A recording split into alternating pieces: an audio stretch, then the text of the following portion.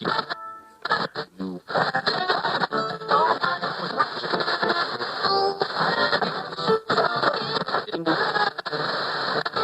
that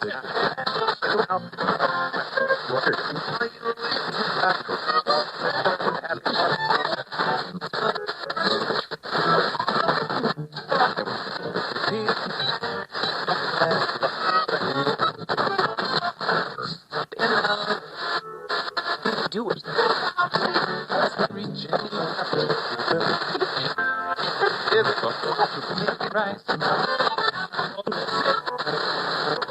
Burger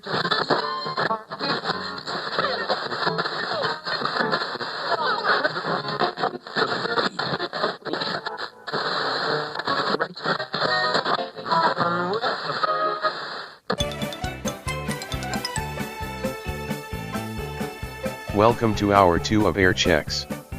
I am your AI voice, David, filling in for your host, Ty Rose Now. Actually, it is just Ty Rose Now typing in of what I am going to say. No surprise there. In this hour, we will be presenting Absolute Power Radio Series 1, Episode 1, entitled The Conservative Party, originally broadcasted on January 5, 2000.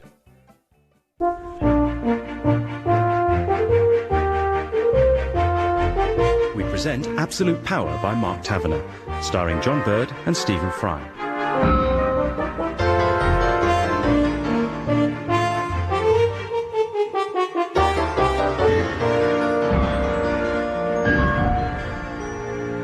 Mr. Prentice, life in the private sector is tough. Yes, of course. I understand that you spent 20 years working for the BBC. Exactly. Oh dear. Oh dear, oh dear. And then you were sacked. Oh, well, I wouldn't say sacked. You wouldn't? No, we were simply told that we had a distinctive contribution to make to the wealth-creating sector. By someone who is both sober and serious. Mr. Prentice, the private sector is both sober and serious. And so are we. Prentice McCabe, Government Media Relations. What is Government Media Relations? I think it's what are government media relations, actually. But one makes allowances. You are, after all, a bank manager. Mr. Prentice, I'm a most busy woman. Oh, most. Yes, most. I have little time for flippancy. About a business that has gone floppancy. No, I quite see your point. I promised you a distinguished list of blue-chip clients. How many clients does your Government Media Relations Agency actually have? Well, let me put it this way. You and I have always had an excellent working relationship. When you were on a generous and regular BBC salary. Which now, sadly, I am not. Let's talk business. Oh, let us do so. How far will you extend my overdraft for the exclusive, unrestrained, or possibly restrained use of my body?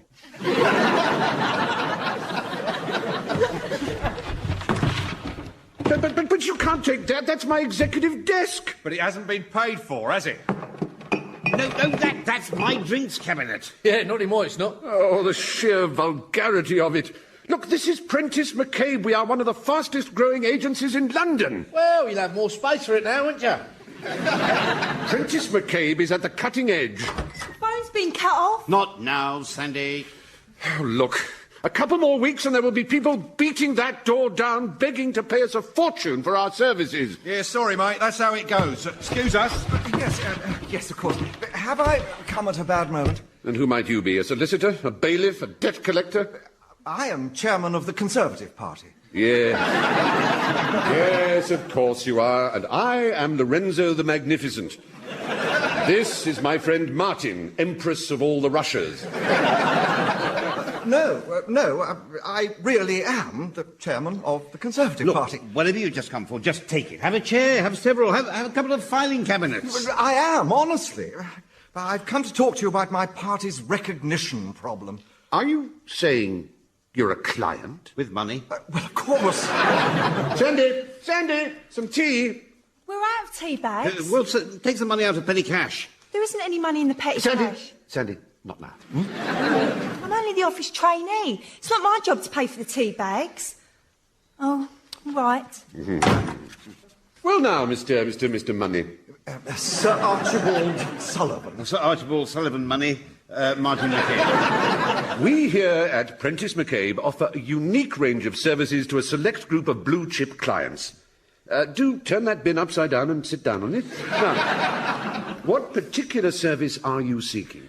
Gentlemen, I've come to you for one reason. Because Prentice McCabe is hot, hot, hot. Because nobody else will touch us with a barge pole. People say we don't want the Conservative Party's account. It doesn't look good on our client list. Sad, Martin. Positively poignant. What exactly are you looking for? But I want you to think of the Conservative Party as a business that's underperforming. Yes, I think we can manage that. I want you to think of us as a once great name that has fallen on hard times. The Wolverhampton Wanderers of the opinion polls. They're quite so. And what I want is a media relations strategy that will revitalise our election prospects. My dear chap, you don't want Prentice McCabe, you want the Church of the Latter-day Miracle. The party is willing to spend a substantial sum. In that case, consider yourself revitalised. The bloke at the shop says you can't have the tea bags because you're still home for 2 sausage rolls. Obviously, some misunderstanding I there. told him it's for the chairman of the Conservative Party, and he said, in that case, let's see the hackers up front. I'm so sorry, she's a trainee. Charles, this is the Conservative Party after all. Let's see the hackers up front.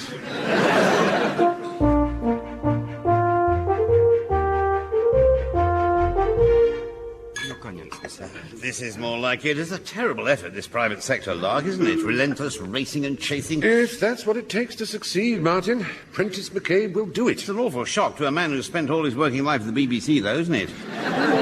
And who was it who said, we'll never work again? But I liked the idea of never working again. I had every intention of never working again. You were going to spend your redundancy money on a pub. No. I was going to spend my redundancy money in a pub. Get up late, amble through the village, wander in, sit at my favourite table, the Times, a nice warm fire, and a glass of Guinness and Advocaat. Good God. Still, here we are. With our first major client to serve. Yes, well, listen, how about this? The Conservative Party conference, music. Ah, yes, now that is an important point. We can't relaunch the Conservative Party as a new, modern party if they still insist on Land of Hope and Glory. What about Send in the Clowns? And a banner across the front of the stage saying, if you think this is bad, wait till Anne Widdecombe gets here.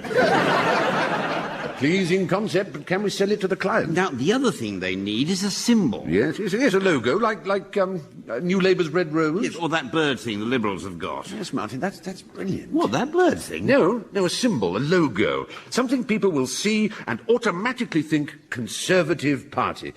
Martin, what one thing makes you think Conservative Party? Fruitcake. Fruitcake?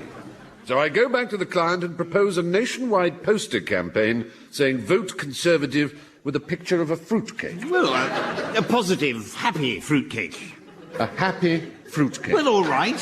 A miserable fruitcake. Martin, this business is not going to make a profit by selling miserable fruitcake to the Conservative Party. I'm being serious. Your appearance is deceptive in the extreme. Do not discount the miserable fruitcake vote. All over Britain there are millions of miserable fruitcakes just waiting for a lead. Martin, could we once and for all get off fruitcake? As regards the fruitcake motif, the germ of an idea has just met the domestos of harsh reality. Listen. What is the point of New Labour? Can I phone a friend or go 50-50 on that one? The point is that it's new. Oh, God, it's new and modern and dynamic. Well, I don't want to be new and modern. I want to put on old slippers, sit in an old armchair, watch old Morecambe and Wise videos. I suppose I may have to put up with all this newness, but I don't have to like it. You see, I'm a miserable fruitcake. Do you know, I think you're on to something. Let's research it. Oh, no. Let's not. Let's pretend to research it. So much less effort. I do see what you mean about your recognition factor. Is it that bad? It is quite bad, yes. Prentice McCabe did some research on your behalf, didn't we, Martin? Yeah, some extensive, expensive research. Which shows that the leader of the Conservative Party is slightly less well known than the manager of Plymouth Argyle. And only 2 points above the all-night weatherman on Channel 5. Of course, it does take a party a long time to recover. You mean from electing a leader like yours? I finished the questionnaires. I filled them all in different ink, like you said.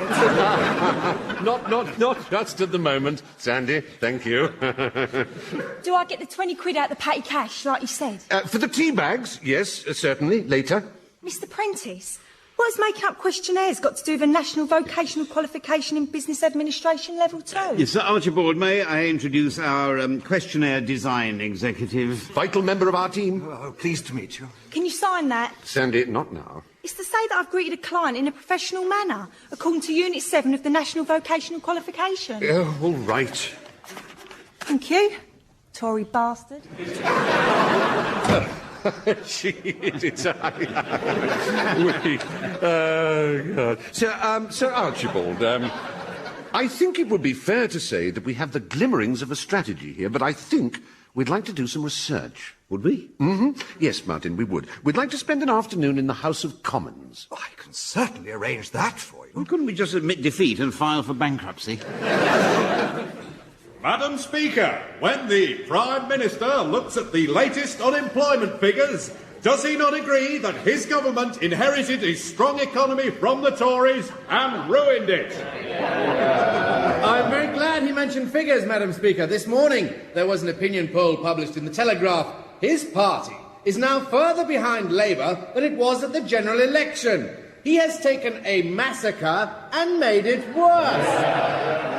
Absolutely true, I fear. You don't think this fellow's a hopeless case, do you, Charles? Does he not recognise the mistakes his government is making? I hate to go on about opinion polls, but does he not recognise that a clear majority of the British people don't recognise him? They wouldn't recognise him if he walked up to them and said, "I am the leader of the Conservative Party." Charles, do you really think this is worth the effort? Think what this will do for the profile of Prentice McCabe. Sink it without trace, by the sound of it. Come on, let's go and mingle. So you're going to develop a media relations strategy? Raise our profile. How are you going to set about it? Well, that's why my colleague Martin here and I are so fascinated to meet you. Fascinated? Oh, gosh, yes. We are fascinated to meet a representative sample of Conservative backbenchers. I'm tumescent. Yeah. And what we were rather hoping is that you could give us some idea of the themes we should be stressing in our media campaign. We need to listen to the British people. But they're telling you to sod off. The time has come for compassionate conservatism. The birch. Hello? I've been in Conservative politics 40 years. And believe me, there is nothing the British people like better than the lash of the birch on firm young buttocks. Compassionate birching. Sensitive hanging. There could be a headline or two in sensitive hanging. You see, the real problem is the leader. He's too young somehow. Or too old. So, in sum, we want compassion and birching, and the leader is too young and too old. Well, that's been most illuminating. I think we can work with that. Wouldn't you say so, Martin? Is there anywhere around here you can get some fruitcake? His speech was the most thoughtful, intelligent and appealing he has made since becoming leader. The Times. Martin, this is extraordinary. Well done. Yes, well, thank you, Charles. I never knew you had a talent for political speechwriting. No, neither did I. This could mean a great deal of work. Yes. Oh, gosh, yes.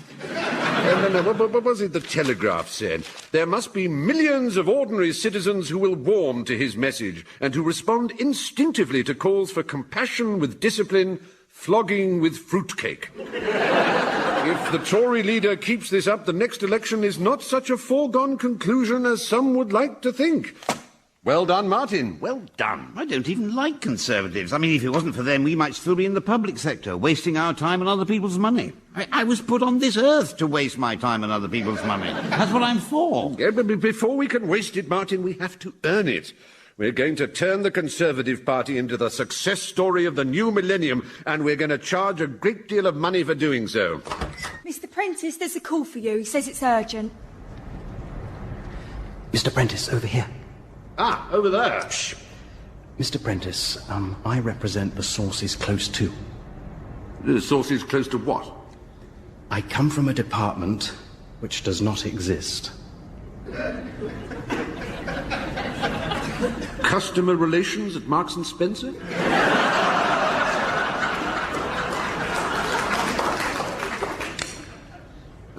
let there be light. Shh. Mr. Prentice, I am here on the express orders of Downing Street, and that is why I am not here. I understand completely. I am one of Richard Branson's trains, and that is why I am not here.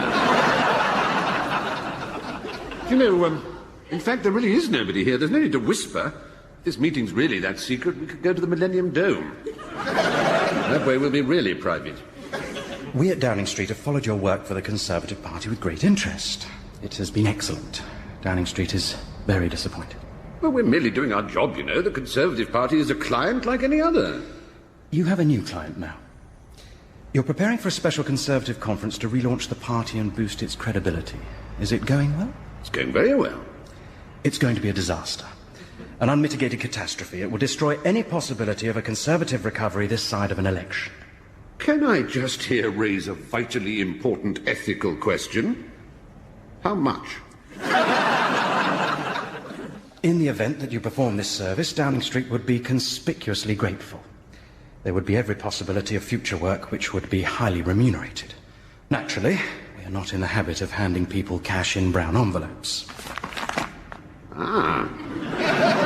A designer jiffy bag. Sandy, it's perfectly simple. You come here, get trained in all aspects of office work, and we don't pay you anything.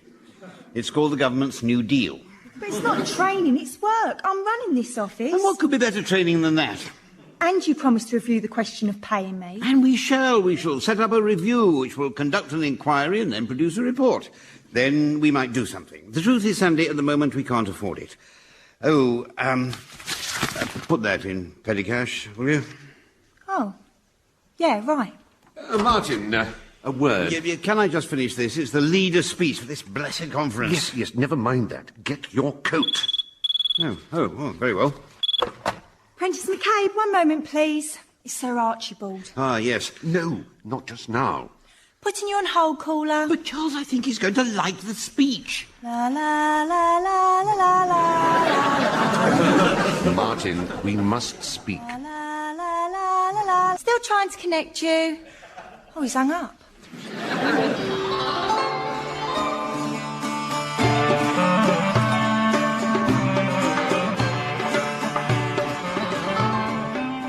The Peking Lacquers. Splendid, yes, in a broad sense of that term. The Cohen and Wong Chinese culture surprise. Yes, that is a surprise. But, Charles, you told me to exert myself to write a speech that would reshape the political landscape. Yes, I did, and so it will. Charles, I've done it. We've set the whole thing up, the special conference to relaunch the party. The press is squared, the middle class is prepared. May I bring you anything else? No. I think the bar mitzvah with black bean sauce will wait until another day. Bon appetit on behalf of Cohen and Wong. Look, whatever might be said about Conservatives, I've said it. But we've accepted their money, and now you're proposing to turn us into a sort of new Labour dirty tricks department. But it's such a challenge, Martin. Quite apart from what it'll do to our bank balance. Yes, there's always that, isn't there? Look, here we are, for better, for worse, and we're being offered a retainer, a permanent source of income. To become a part of New Labour's control freak, one-party state, to sell our soul. Oh, but the sheer challenge of it. You're so right. The press will be watching. Television will be watching. To contrive an unforgettable, unmissable cock-up. This calls for a wheeze on a scale that we have never wheezed before. We must work all night, the long, dark night of our soul. Charles, in front of all that media attention, it can't be done. May I offer you a little gefilte fish Fu Yang? It's a Cohen and Wong first.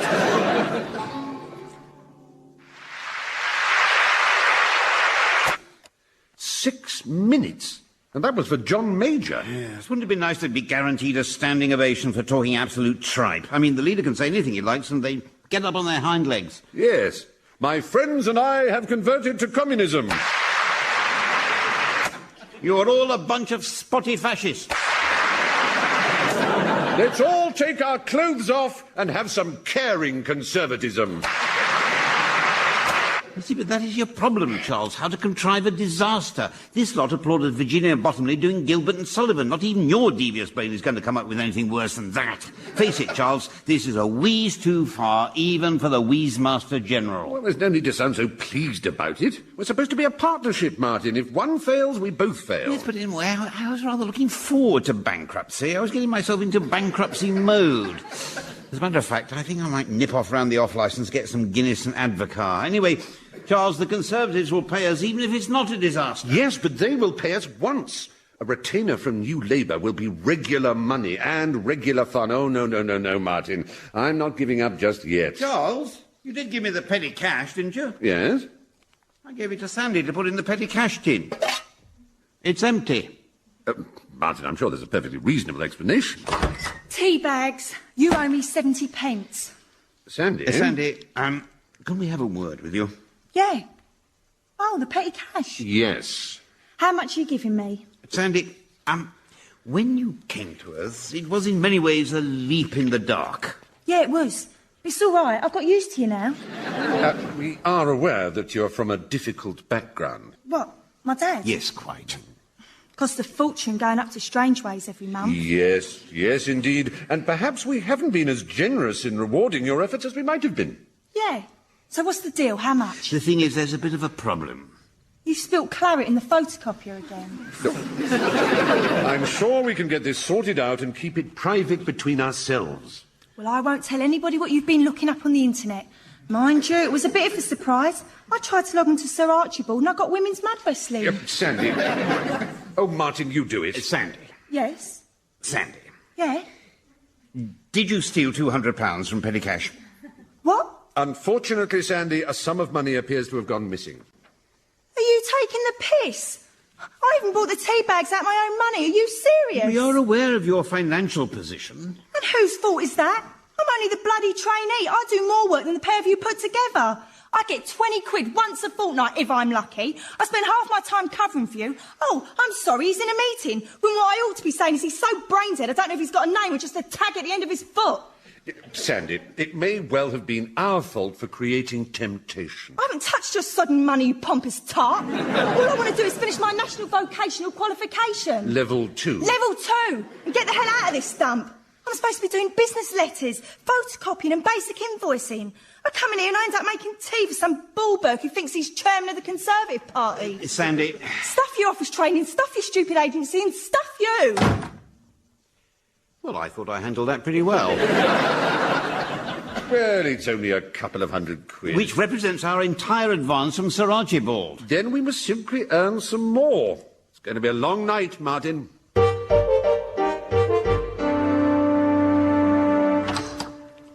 Staring at videos of old conferences won't help. Face it, Charles, we're beaten. We are not beaten. Well, we're nearly beaten. We can't nobble the speech. I mean, they rehearse and re-rehearse these things nowadays. If we substituted a really bad speech, he'd spot it in an instant. And the security for party conferences is watertight. I did think of trying to pack the audience with tattooed skinheads singing, we are Tories, no one likes us, we don't care. Can't be done. Well, what else is there? Look at it. The leader, a platform full of worthies, an adoring audience, a sign language interpreter for the deaf. Yes. What did you say? A platform full of worthies. No, never mind that. An interpreter. Translating what the party leader is saying into sign language. That's it! Martin, do you remember President Carter? Vaguely. He paid a state visit to Poland, and he took the world's most incompetent Polish translator. He thought he was saying, I am full of admiration for your achievements. Yes, so what? Well, what he actually said was, I come amongst the Polish people full of lust for your children. It was a disaster, Martin. But Charles, the leader of the Conservative Party, isn't being translated into Polish. But he is being translated into sign language. Disastrously. Do trains run all night to Brighton? Oh, dear. Yes, they do. Then ho for the Tory conference, and more ho, and an extra side order of ho, and don't hold back the ho.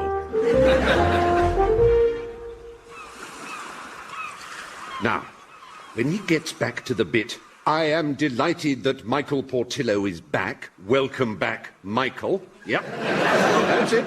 the two fingers fully extended, that's right. But try to imagine you're throwing a discus.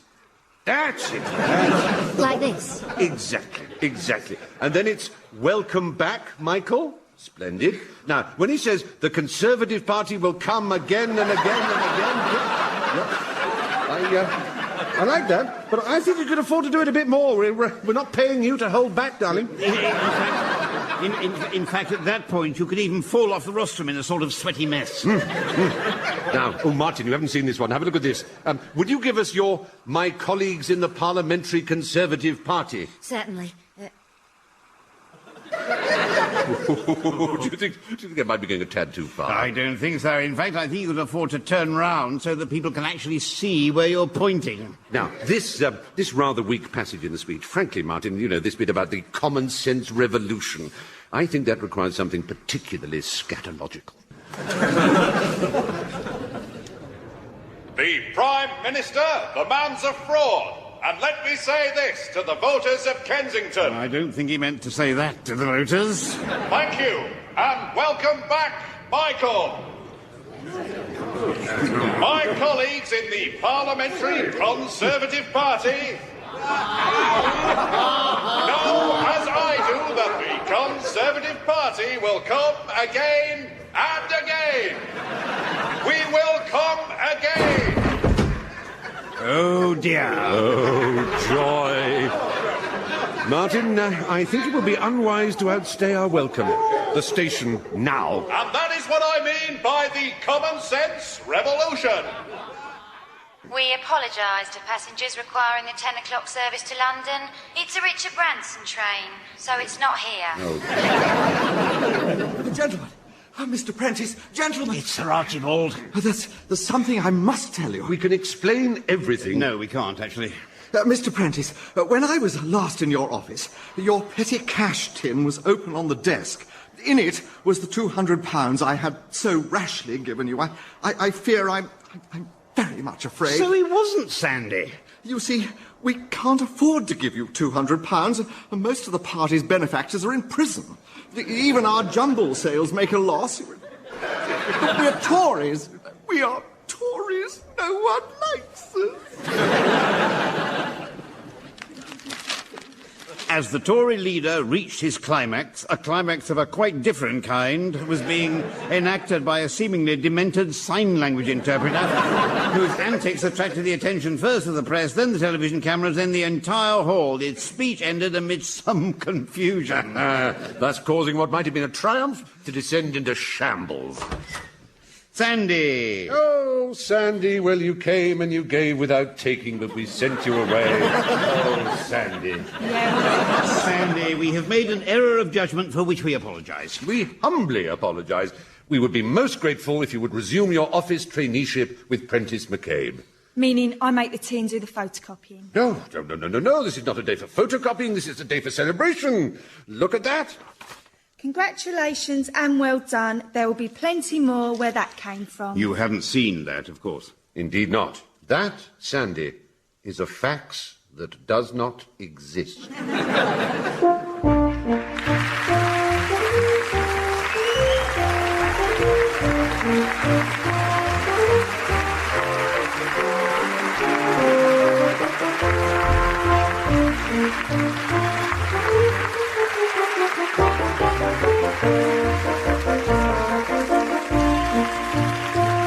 You've been listening to Absolute Power by Mark Tavener, starring John Bird and Stephen Fry, with Siobhan Hayes, Jeremy Clyde, Tony Gardner, Martin Hyder, Simon Greenall and Beth Chalmers. The music was by Matthew Scott and the programme was produced by Paul Schlesinger.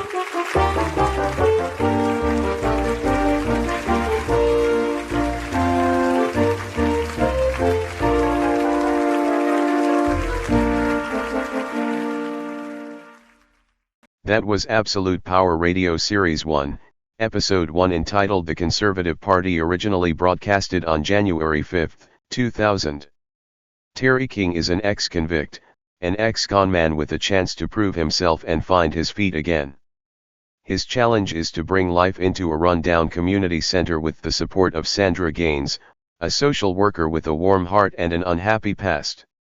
This is the story of how two people fall in love in spite of themselves. From Series 1, Episode 1 entitled Coming Out, here's Coming Alive as originally broadcasted on January 1999. Well, I've been thinking about my situation. Baby, sometimes I think my time has come.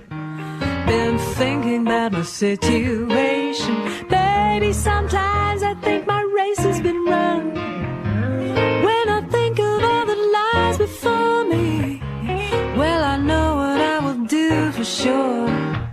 Well, I pray, yes, I pray, the Lord will come and take my troubles away.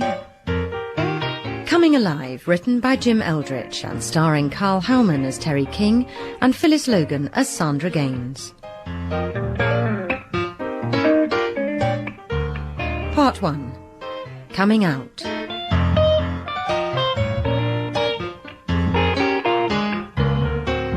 Right, my turn.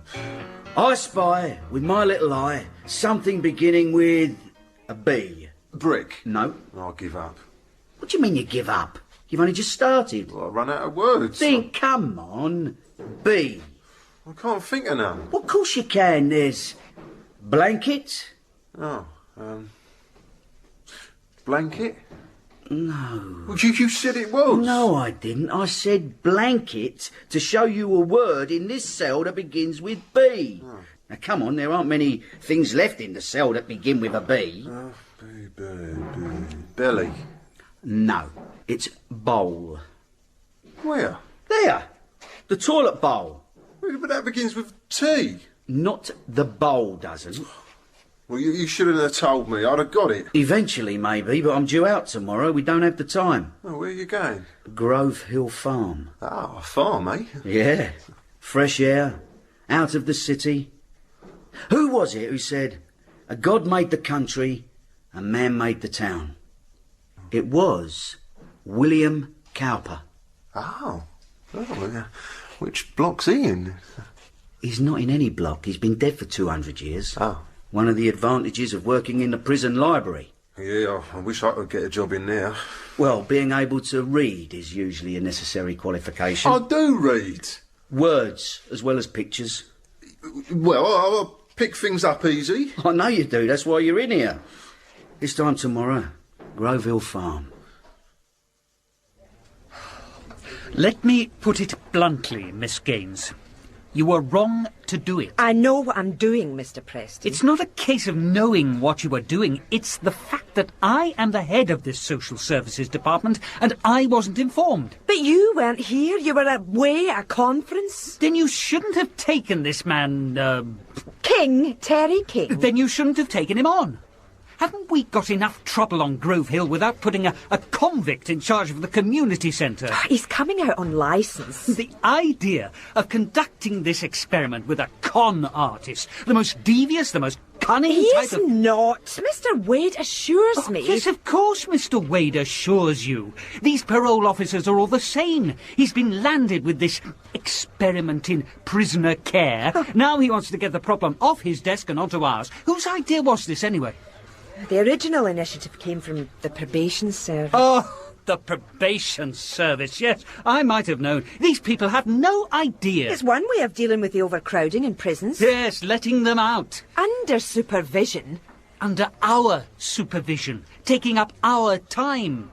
I thought we were all in this together. Did you? Well, it's about time you realised, Ms. Gaines, that your first responsibility is to the people who pay your salary.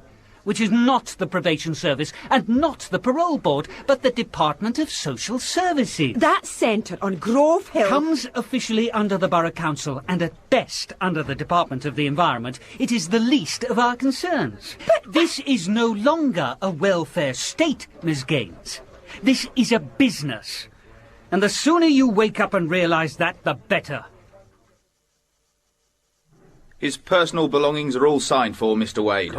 Good. I've been meaning to get in, but, well, you know how it is. Prisoner 692793, King Terence, sir. I love it when you say that. Makes me sound like a lesser-known member of the royal family. Shut it, King. Now, I'm not in here anymore. Oh, yes, you are. 'Cause while you're out, you're in. Interesting philosophical point there, Daffy. Shut it! There you are, Mr. Wade. He's very much all yours. Hey, nice motor, this. How much did they rush you for it? £6,000. 6,000? You're joking. Well, it's got everything.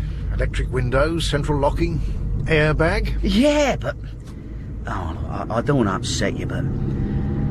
I could have got it for you for 4,000. 4,000? Yeah, straight up. 3 without the wheels. Without the wheels? Well, I mean, these particular wheels.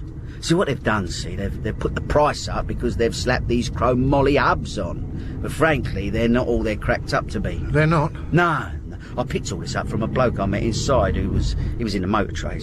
He told me that he could pick up a set of wheels exactly the same as any known make, but 4 times the quality for half the price. And do you know why? Because he'd stolen them? No. All absolutely legal. Because they're Chinese. Chinese? Chinese wheels.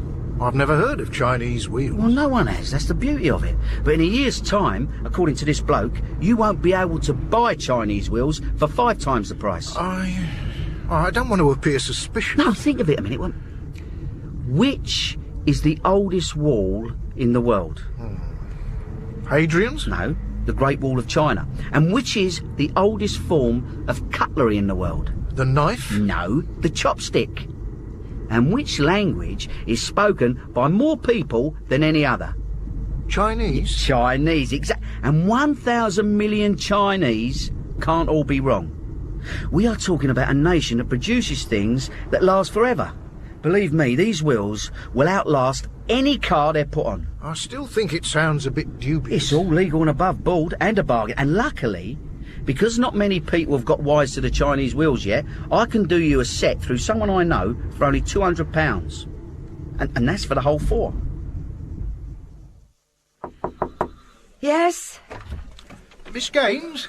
Yes? Kenneth Wade. We spoke on the phone. Oh, yes. And this is... Terry King. Pleased to meet you. Miss Gaines is the social worker I told you about. Right. I thought, well, as this is your pigeon, so to speak, that if you outlined to Terry what the actual project entailed. OK. I don't know what you've been told already about the terms of the community custodial scheme. Well, not a lot, really. I know that I'm doing my last year working outside, doing good for society. Yes. Well, basically, it's a cross between community service and being released on licence. Oh, right. The thing is, with this particular scheme, it's very new, and at the moment we're one of the areas piloting it. But if it's shown to succeed, there's a good chance of it being adopted nationwide. You mean a building society takes it up? No. Sorry.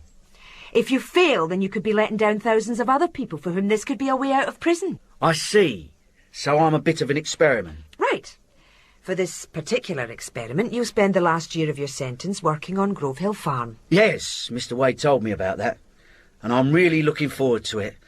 I used to go out to the country when I was a kid and would see all these farms with all the animals. One moment, please. Yes? Mr. Wade, what exactly have you told Terry about the work he'll be doing? Well, I really have been very busy. I see. It's not one of these experimental farms, is it? I mean, animals with lots of heads. And... Grove Hill Farm is a council estate in this borough. There's a community centre on it which has been, well, let go, I suppose is the best way of putting it. Especially after the riot. Riot? There was a riot in the estate a few weeks ago. What, a real riot? I'm afraid so. And the centre was damaged. Badly? It was burnt. Burnt? What, down? Relatively superficial damage, but as the centre was already in some need of repair work... It's a tip. And that is your job, to untip it. Before we go any further, I'll need some information about you for the official files. Well, far away. What do you want to know? Well, the main concern that critics of this scheme have aired is the danger. You mean it's dangerous? The riots are just part of it? Danger from the offenders. Oh. So, do you have any convictions for violence? Well, certainly not. Mr. King is a confidence trickster. No, I am not. Well, yes, you are. Well, Isn't that what you went to jail for? No, I went to jail because of a miscarriage of justice. Oh? I was selling luxury handmade patio sunbeds with inbuilt jacuzzis for the upwardly mobile. Hundreds of other firms do it, and they don't get sent to jail. Yes, but you never actually made any of these patio sunbeds. No, I know I was going to as soon as I had the premises. But people had paid you for them. Deposits only. Venture capital. Trouble was, I got done by the bloke who was making the sunbeds. He claims it was a design fault on the jacuzzi, but I think I get the picture. As it happens, I don't think any of the people in Grove Hill are in a position to be fleeced over buying a hand-built patio sunbed with or without I jacuzzi. did not fleece anybody. It was a serious business venture. Of course it was. Anyway, if we can get back to the present rather than harp on the problems of the past. Yeah. Time present and time past are both perhaps in time future. T.S. Eliot. Sorry? Burnt Norton. The Four Quartets. Yeah. I did the library in prison. Lots of time to read. I see. Did you know that T.S. Eliot is an anagram of toilets? I'm sure he'd be fascinated to know that. Can we get back to the subject in hand? Of course. Now, I think it might be a good idea if we started by taking Terry along to the centre and showed him around. Well, actually, I have an appointment at 1, and it's... well, let's see. Heavens, is that the time? Then perhaps I'd better take Terry there my own. We can compare notes later. Would you mind? My case file is so overloaded. Right, well, I'll catch up with you later, Terry. I'll leave you in Miss Gaines' capable hands. Bye. We'll compare notes later. Bye. He's good at getting out of things, isn't he? They could have done with him on the escape committee in the Nick. Shall we go? My car's downstairs. Yeah? What sort of wheels has it got? So, what's your personal status? Huh? Are you married? I was. She left me when I got sent to prison. Over the jacuzzis? No. This was another time. And before, 8 years ago. I thought this was your first jail term. Well, it is as such, but I've been on remand before. And don't forget, on remand you can spend as much time in jail as some people do when they get sentenced. It's the system that's to blame. Oh, really? Not too many people committing too many crimes? You're not very sympathetic for a social worker, are you? I'm sympathetic to genuine cases. I am a genuine case. I come from a poor background as well, you know. I was just trying to better myself, improve my circumstances by a bit of business flair. These tycoons in the city do it and they get knighthoods. Oh, Sir Terry King. Yeah, well, I don't see why not. It's just about scale. You do a scam on the stock market that nets you a fortune and you're respectable, even though millions of people may have lost their life savings to get you the money. You do the same thing for £100 and you get your collar felt. So the sunbeds was a scam? I never said that. I thought it was a genuine business opportunity. Anyway, what about you? What about me, what? Well, are you married? Why? Well, just interest, I mean. There's a Ladybird book lying on the back seat and My Little Pony beside it. Either you've got young tastes for your age or there's a little girl somewhere in the frame. My daughter, Gail. She's 6 years old. Nice. I think she is. And what else have you deduced, Sherlock Holmes? Well, no ring on your finger. Mind you, that doesn't mean a lot. Actually, Mr. King... Terry, please. You called me Terry before. That was before you got personal. You were asking me personal questions. I am doing it for official reasons. I need to know who I'm dealing with. Oh, right. But I'm not allowed to, eh? Those who are oppressed have no rights. The prison library again? No, I saw it painted on a wall at King's Cross. Well, here we are. Hello, what's happening? I think they're using the centre for target practice. Well, we'll soon put a stop to that. Nah, you missed, man, you missed. Oi, you two! What do you think you're up to? Gobblers! Oi, that nearly hits me! Did you see that? Oh, let them go. You don't want to get into trouble for chasing after kids. Well, I could have been injured. It might have smashed your car. Welcome to Grove Hill Farm.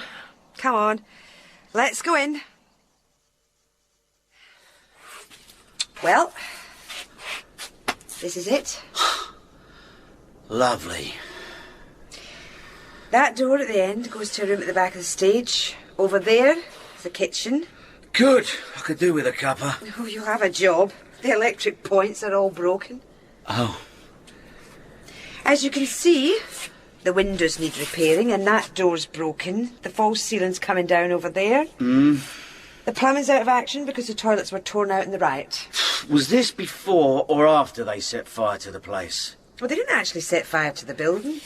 It was one of the outside porter cabins that was burnt down. The riot didn't actually damage the building itself. You mean it looked like this before the riots? Yeah. Oh, stroll on. The problem was that it wasn't used much. Well, not for legal purposes anyway. But it does have a lot of potential. Oh, yeah. I mean, they could knock it down and use it for a car park. And then you'd still be in prison instead of here.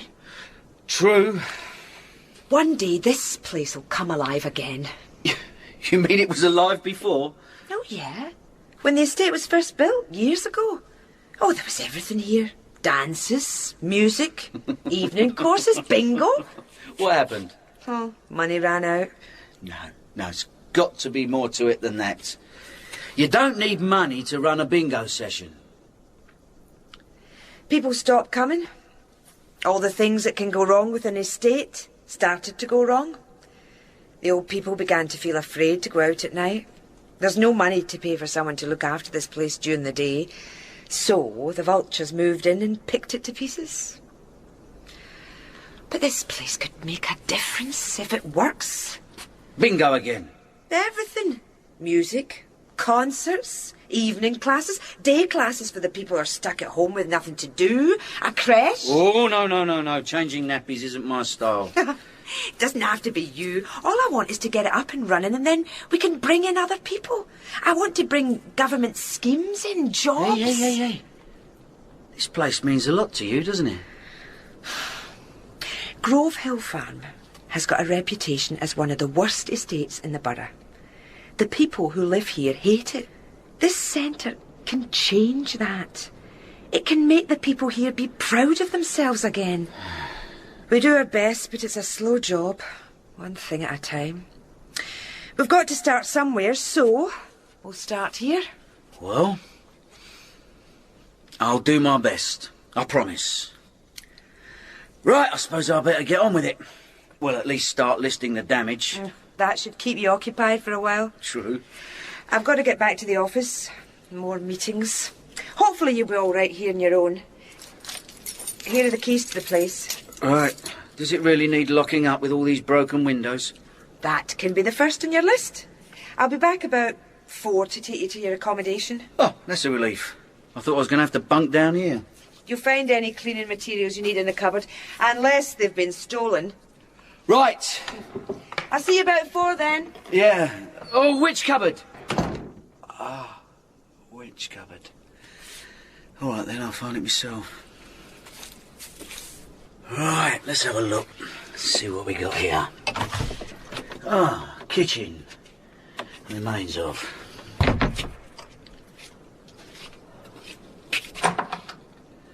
Room of unknown use. Remains of. Empty. Aye.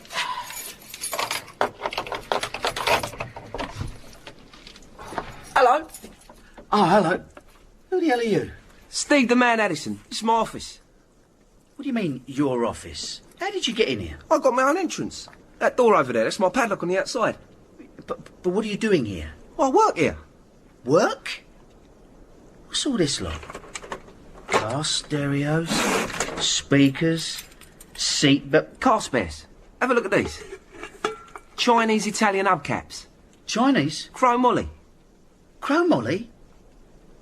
They're the best, aren't they? Last for years. Yeah, that's the ones. Come off a Ferrari. The whole set, perfect nick. Yours for 20 quid. 20 quid? Hang on. There's only 3 of them. Yeah, exactly.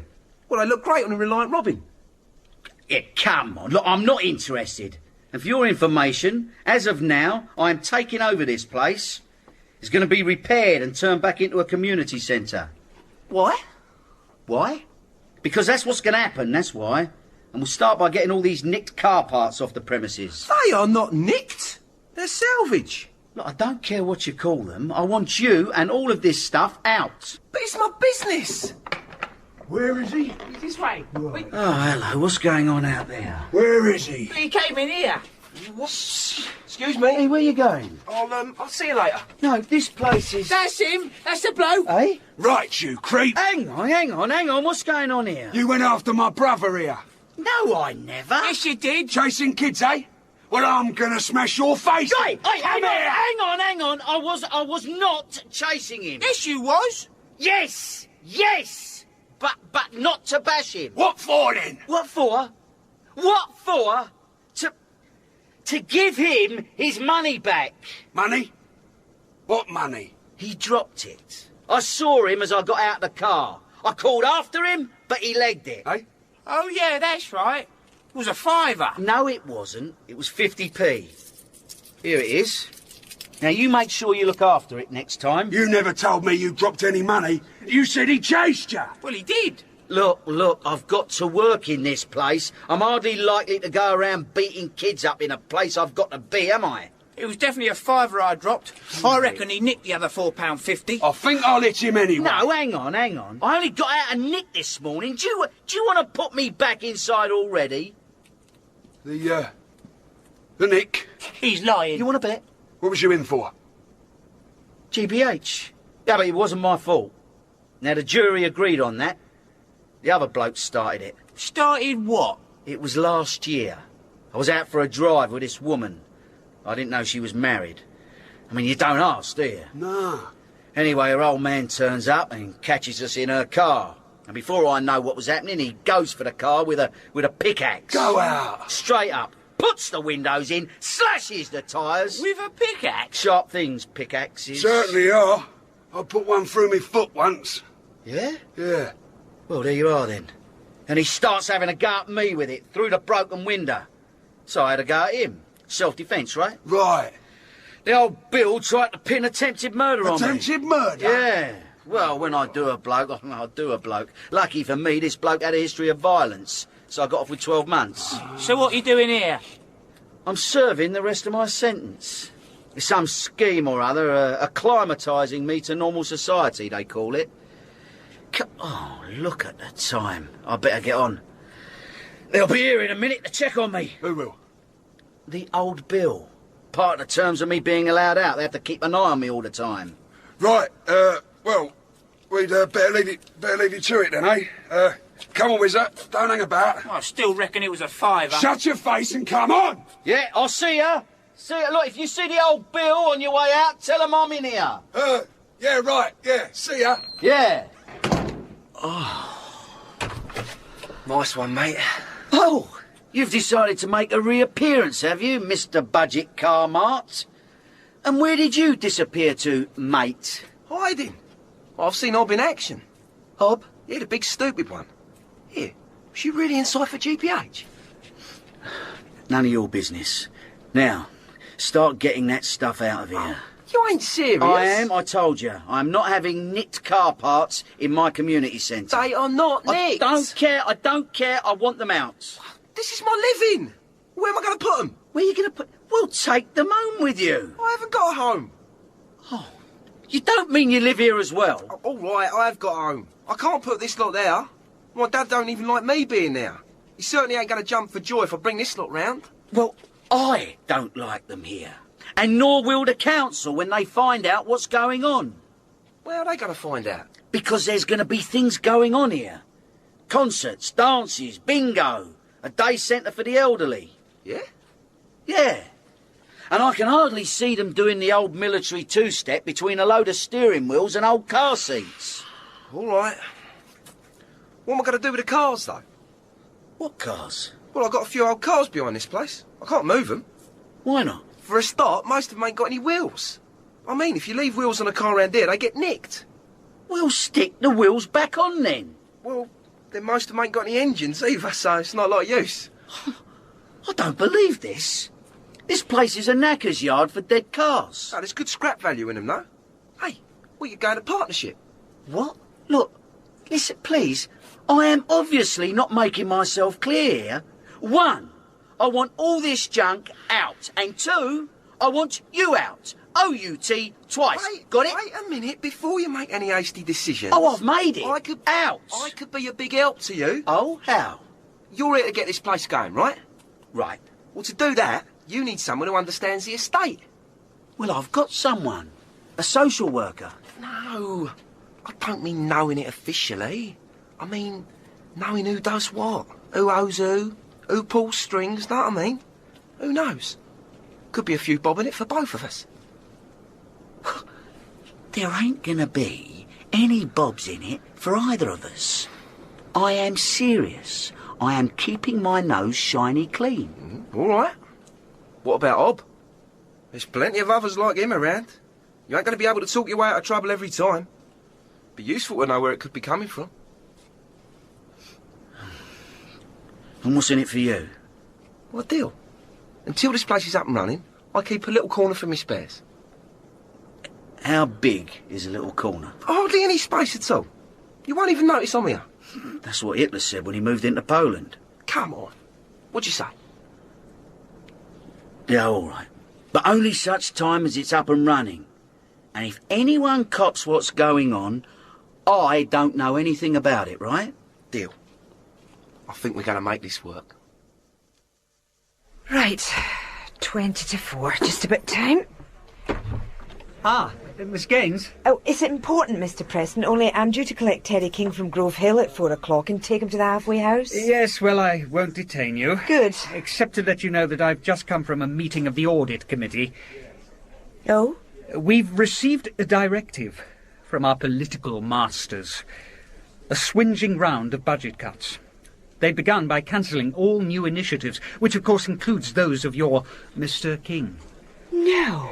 So I'm afraid that we won't need a place for him at the halfway house after all.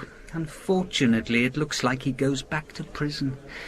And you'd better scrap your plans for the community centre on Grove Hill. I'm really very sorry. Coming Alive is written by Jim Eldritch. Carl Howman is Terry King, Phyllis Logan, Sandra Gaines, Ben Crowe, Steve Addison, Geoffrey Whitehead, Mr. Wade, David Holt, Mr. Preston, Chris Pavlo, George, Giles Fagan, Whizzer, and Harry Myers, Hob. Gonna do what I can to make things turn out right, 'cause there ain't nobody here who can show me the light, and I pray, yes I pray, the Lord will come and take my troubles. Coming Alive is directed by Marilyn Imrie, and the song is sung by Jacqueline Dankworth. You can hear part 2 at the same time next week. That was Series 1, Episode 1 entitled Coming Out. Here's Coming Alive as originally broadcasted on January 1999. Well, that's it this hour. We will have more in the next hour on Air Checks.